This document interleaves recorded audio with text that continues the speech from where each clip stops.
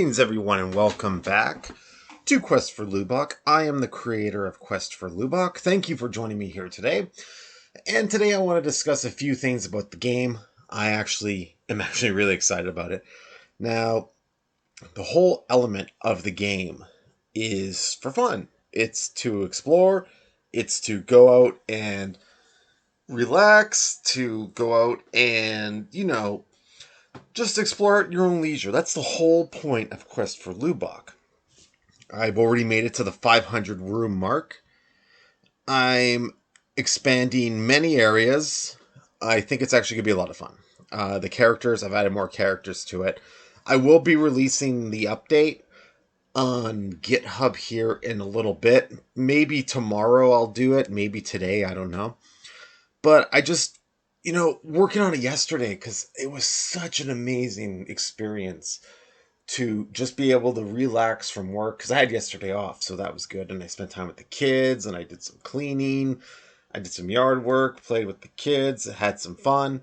And then when I sat down and started working on it, it was so amazing. But when I woke up this morning, I'm like stuffy as heck, I find it to be actually quite funny, because I love doing yard work. Lawn work's a lot of fun. For me, anyways. But then, the next day, I'm all of a sudden congested, sinuses, the whole 9 yards. But anyways, it's going to be a lot of fun. There's a lot more characters I've added to the game. There's Emma. There's Lady Weinstein. I believe that's how I pronounce her name. I don't know. I just made up a bunch of words. And it's really in depth, going through a vast courtyard and discovering an old abandoned cabin and discovering a silver knight. And the reason why it's a silver knight is because it was the right hand guard to the old king and the old kingdom. And then from out of that, this guy is disheveled.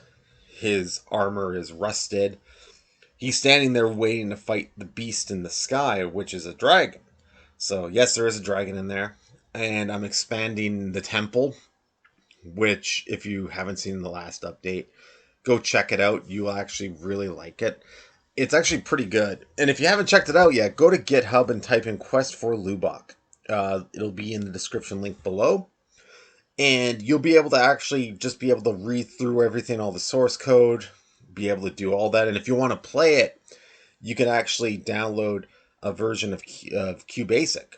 I recommend QB 4.5 just because that's that's always been my favorite version of Qbasic's 4.5. 1.0 is all right. It is what it is, but 4.5 is to me where it's at. And you can't go wrong with basic. But being able to, add in characters like that, and like there's a dragon and a witch and a lake that the player must go explore, where it was a scene of a bloody battle and now it's haunted by the ghosts of the dead soldiers. It adds a lot to the imagination, a lot to the whole idea and concept of the game. The whole idea of the game is exploration.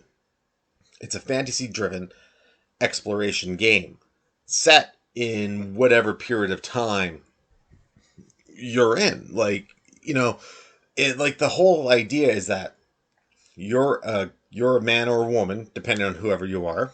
I leave it pretty much open to interpretation because I believe that whoever's playing it, that's you in the game. That's not some guy or some woman, where you have to learn, their history and stuff like that. I leave it pretty much wide open for interpretation. And then you have to go around and talk to the witch because the witch is all powerful. But the witch is north of the castle, hidden away. The lake is in the south of the castle, the kingdom, I should say. And by doing so, you have to go out and explore and go out and have some fun. And by doing so, you'll be able to open up a whole new world. Because the map is always expanding. I was actually going through my notebook, and it's like 10 pages of maps. And so and it's all double-sided. So basically, I have to refix the movement map, which is the character's movement. So like the player's movement. So you can go to like the temple, and if you don't really want to do the temple, you can always bypass it by quickly running through it and going to the lake or going to the castle or the church or the market, wherever you want to go, you can go. But this is going to be one of those games that you do need a pad of paper and a pencil, and that's why I think it's going to be a lot of fun. I actually, I actually love it. Since I started doing this, I find myself to be a lot more creative, and it's really opened up a part of my brain that's been shut down for the longest time. Because now when I come home from work, I go hang out with the family. When the family's in bed, I go work on the game. Days off, work on the game. Yesterday, worked on the game, and it was just so thrilling. I don't even know if that's even a real word. I took some Benadryl, so I'm all loopy. And it's one of those things where you can just sit down and relax and enjoy and realize that you're wandering in a wilderness of something truly wonderful. And it really takes me back to those days of playing games like Zork or Transylvania, or even playing D&D. Like, it's something that is just so brilliant and just so amazing and beautiful to me that it's perfect in a way.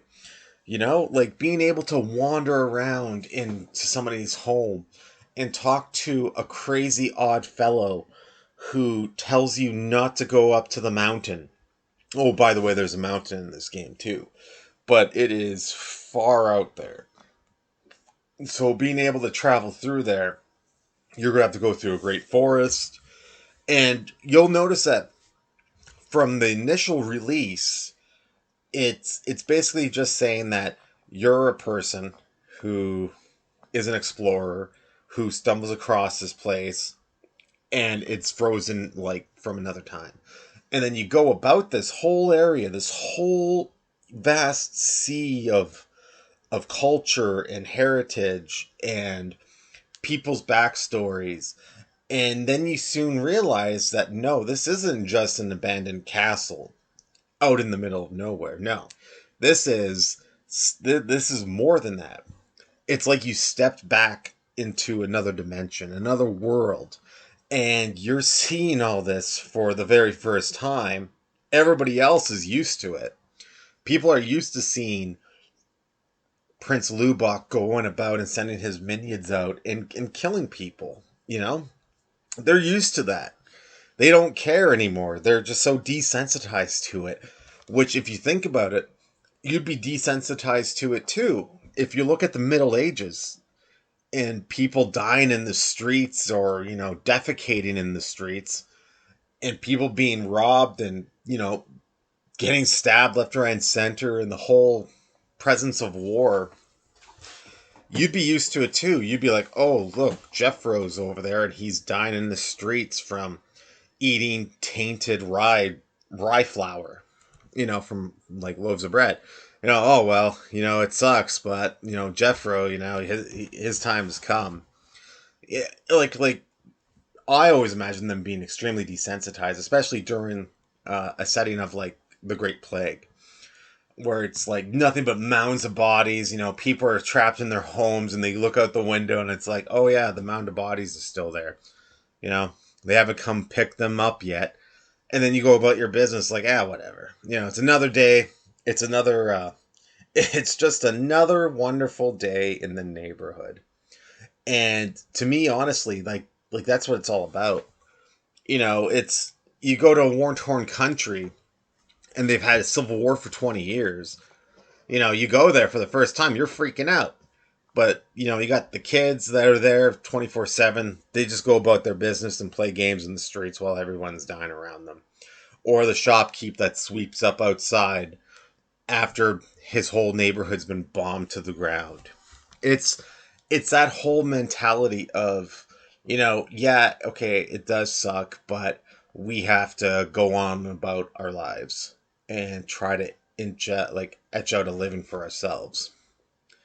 And that's why I get like really into this game is because you'll come across somebody that's just like, listen, don't go to the mountain. Whatever you do, don't go there. Nothing good comes out of there. And you know what's there, and you know what's going to happen, but give the person the option. 9 times out of 10, they'll probably take that option and go check it out. It's like the same. It's like the same with the person who first discovered being attacked by sharks while swimming at a beach.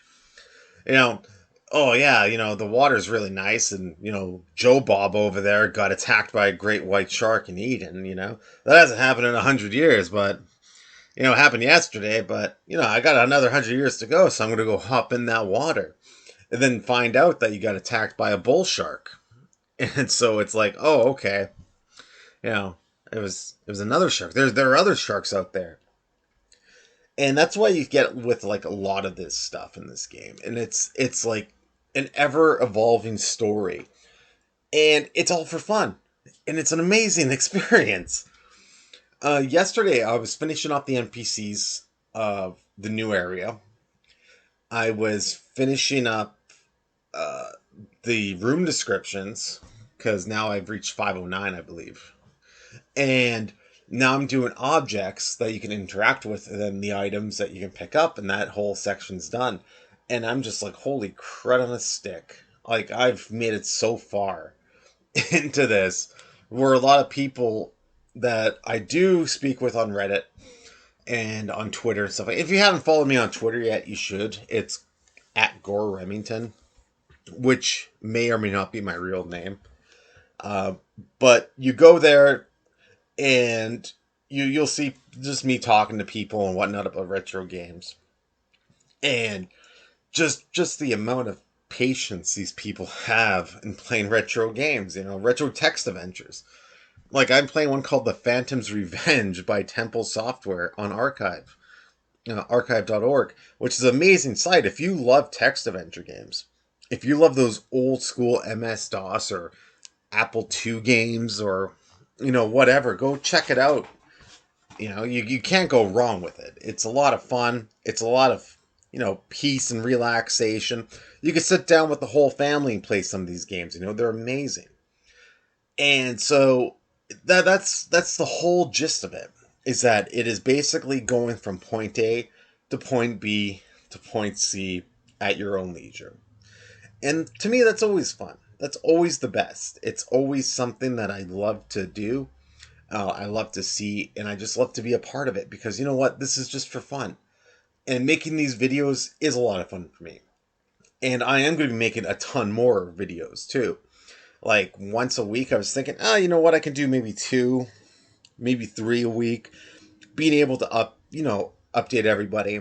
Which this is an update, and it's going to be really great. And once I upload it, I'll make another video of myself playing it and being able to go about and enjoy it. And then hopefully I can inspire some of you people out there to discover these kinds of games, these lost art forms that have a very niche communities. And just being able to go about your business and have fun with it and share it with your friends. It's a great learning tool, and that's what I love to do. Is I love to teach people how to have fun, and teach them things that they've never thought they could do before, like programming a text adventure. That's one of my source